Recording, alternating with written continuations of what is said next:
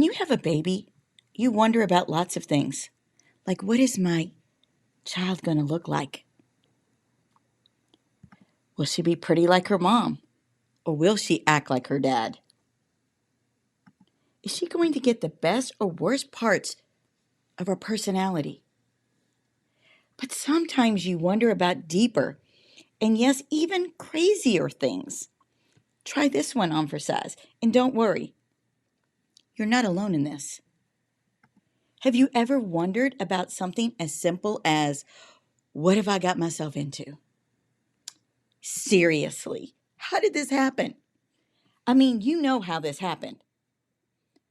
But now you have this child, or you have two children, or you can't seem to stop having children, which means your eyes could be bloodshot from sleepless nights.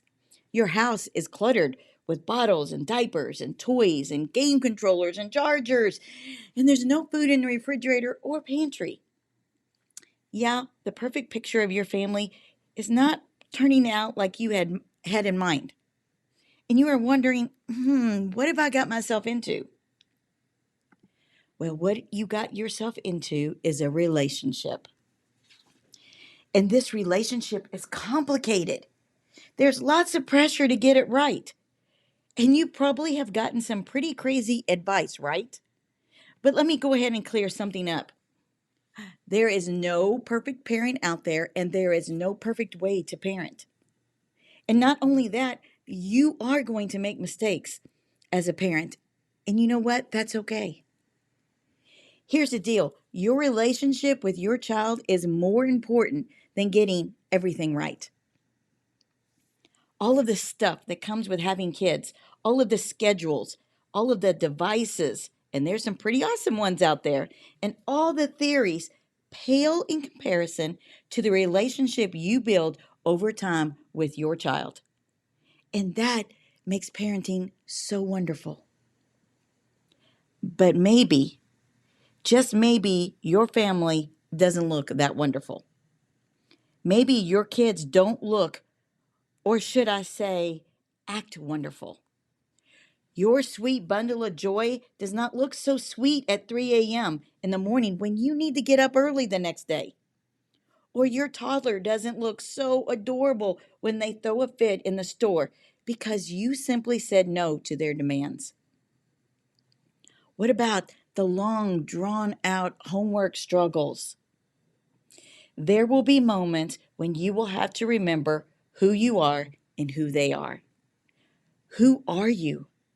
Are you not loved, accepted, worthy, smart, powerful, creative, and a child of God? Yes, you are.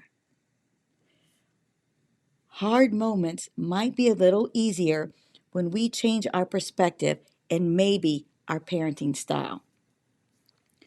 What is a parenting style? A parenting style is defined as a cluster of parents' attitudes and behaviors toward children with emotion in which the parents' behaviors are expressed. Here are 4 types of parenting styles. Now, before you decide which one best fits you, look at which one or two best describes your parents' parenting style because that is so important. We tend to either repeat what we know because we turned out all right, or we do the opposite because of resulting problems we are still working on. Most of us will agree, looking from the picture, that authoritative would be the ideal parenting style. But what if it could be better? What does that look like? What would the end goal be? We need to ask ourselves, what do we want our child to be when they grow up? Not their job or career, but who they are to the world.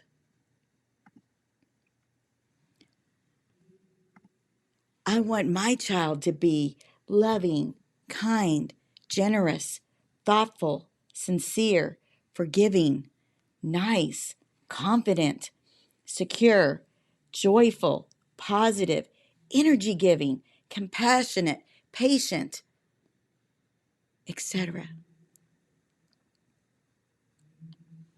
To win at being a parent, you must remember and understand that there is no one who is more influential to your child's life than you, the parent. Growing up, my mom would send me and my sisters outside or to my grandmother's house. Out of sight, out of mind. Her parenting style was uninvolved. But when things did not go well, it was always our fault.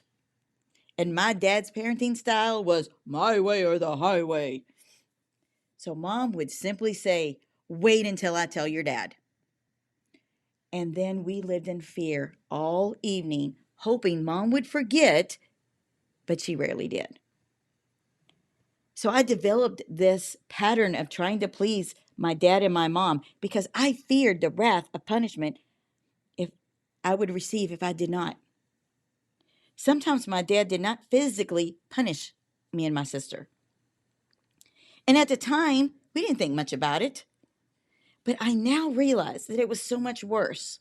When he did not spank, he yelled out words that would end up shaping my identity.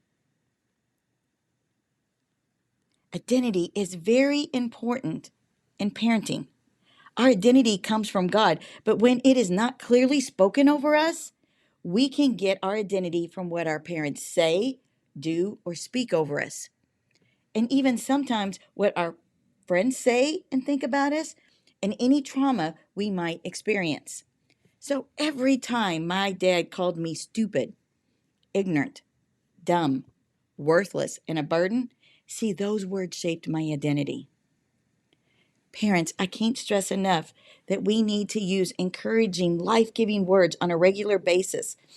Words and true words that reveal your child's true identity. So, from my heart to yours, here are some helpful ways to win at parenting. Number one, belief. Believe your true identity about yourself and take some time and write down who you are. We have this truth that we say every Sunday in Hill City Kids. I know who I am. I am loved, accepted, and worthy. I am powerful, smart, and unique. God knows my name and calls me his child. We want the kids to know this to be true about them. It really matters that you believe that truth about yourself as well. I used to say every time when my kids left the house growing up, remember who you are. Sounds like good parenting, right? No. You see, it had nothing to do with their identity. It was my fear based parenting. What I meant and what my children knew I meant was don't screw up. Everybody is watching. Your grandpa is a pastor. And if you screw up, people will know. Fear based performance parenting happened because I did not know my true identity. I was parenting from what I believed to be true about me.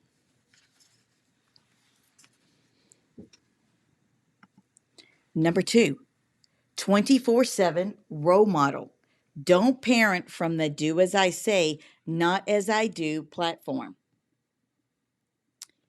I was watching my grandkids one afternoon this summer.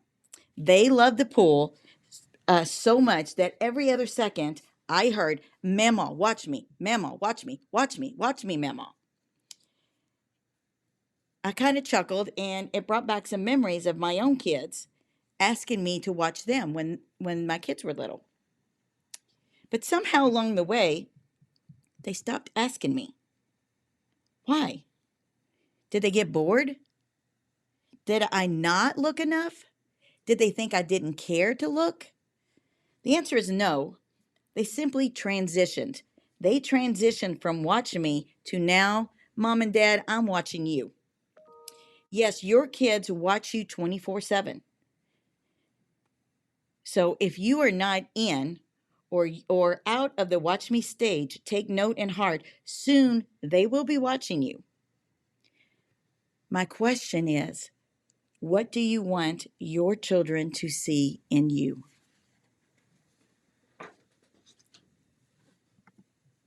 Number 3, encouraging words. Use positive and life-giving words to nourish your child. The famous saying, sticks and stones may break my bones, but words can never hurt me. That needs so much more definition. Words really do hurt people. Words carry so much weight. They can easily sink into a child's identity, even when we're just joking, being funny, or just sarcastic. Just like my story, everything I did was calculated based on what I believed about myself. Don't let people see the real you, Tish. Don't let people see that you are stupid or worthless or that you are a burden. I will tell you, it was exhausting. I needed to hear encouraging words of love and acceptance growing up. Number 4, genuine affection. Show love with hugs and kisses. Study after study reveals affections actually help shape your child's brain. It builds self esteem and better communication skills. Insufficient affection can lead to feelings of alienation, hostility, aggression, lower self esteem, and antisocial behaviors. Affection and hugs and kisses are so important.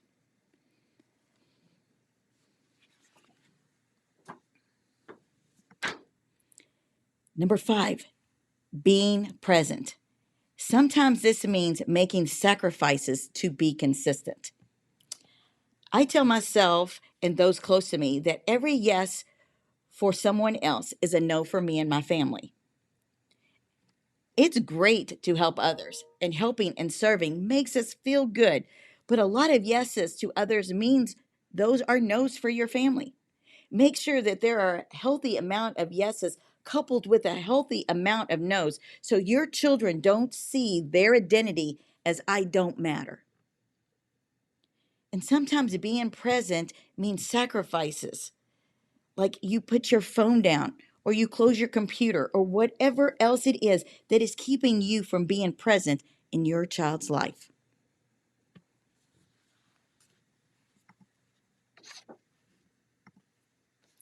Maintaining a peaceful home. Your home should be a shelter from life's storms. Your children need a peaceful home to help them feel safe from all the chaos in their world. Chaos from school, friends, bullies, peer pressure, social media, and all the other evil things that are out there. A place where they can ask questions and be themselves with no judgment. A place without stress or anxiety. Every home has a family, and those people are never perfect. But the way that we can distress and put up some healthy boundaries like bedtimes and simple rules to keep our children safe are very, very, very important. For those who may not know, my daughters are from my first marriage. Shelly and Michelle would visit their real dad, my ex husband, every other weekend. His house and rules were very different from mine and Tim's. So different that the girls had a hard time adjusting. One day, I finally had enough. Nothing was working. So when we picked them up after their next visit, I told them in the car that they had 2 hours of grace to readjust to our home and to our rules. In those 2 hours, they would not get in any trouble. They didn't have to do anything, and they could spend their time around the house as they wanted. I remember they both grinned and asked, well, what if we did this? What if we did that? What if we did this? I chimed in and said, unless you harm someone or yourselves, you will not get in any trouble. But after the 2 hours are up, you are bound to our home rules. So use this grace time wisely and work to readjust. So the first couple times, as you guessed, they took full advantage of the situation. But as time went on, they realized they really needed this time. Later in life, both of them thanked me for giving them that time to de stress and refocus from what was a crazy adjustment in their lives. It helped us maintain a peaceful home. Number 7, discipline out of love. Guide them with love and care. Every child will test your boundaries, rules, and disobey.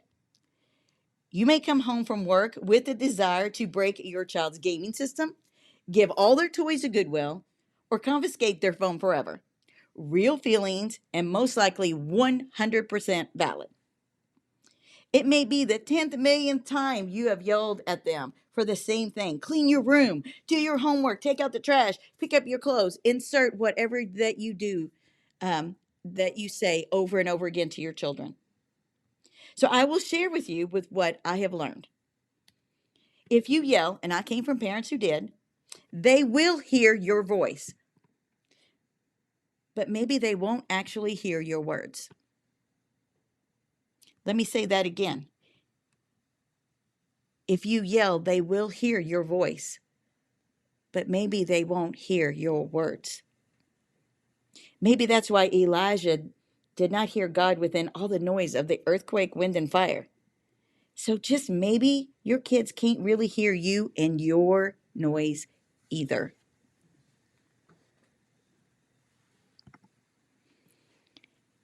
Activate responsibility is number 8. Provide opportunities for your child to pursue responsibility and healthy independence. Giving your child age appropriate chores will teach them way more than you think. First, it gives them an opportunity to be a contributing member of the family. And second, it teaches them to be independent and secure. When Nathan went off to college, he was placed in the high rise building just outside the IUS campus.